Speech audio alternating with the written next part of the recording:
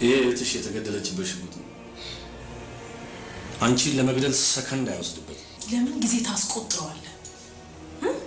ተኩሷ ሴታ ሴት ክፍታፍ ሴታ ሴት አለመሆኔን ከመሞትሽ በፊት አሳይሻለሁ።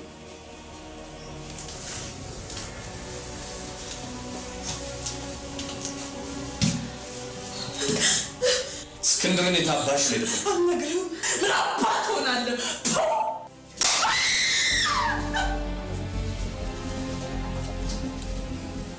እንዴ ኢንጂነር አንተ እንዴ ዶክተር ጊዜ የለኝም።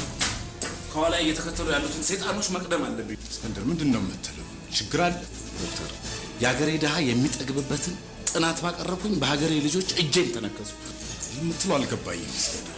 እኔም በደንብ አልገባኝም። ብቻ ያለነው አደጋ ላይ ነው። የምን አደጋ? ዶክተር ይሄ አባይ ወንዝን የሚያዘንበው ኦሪጂናል ጥናቴ ነው።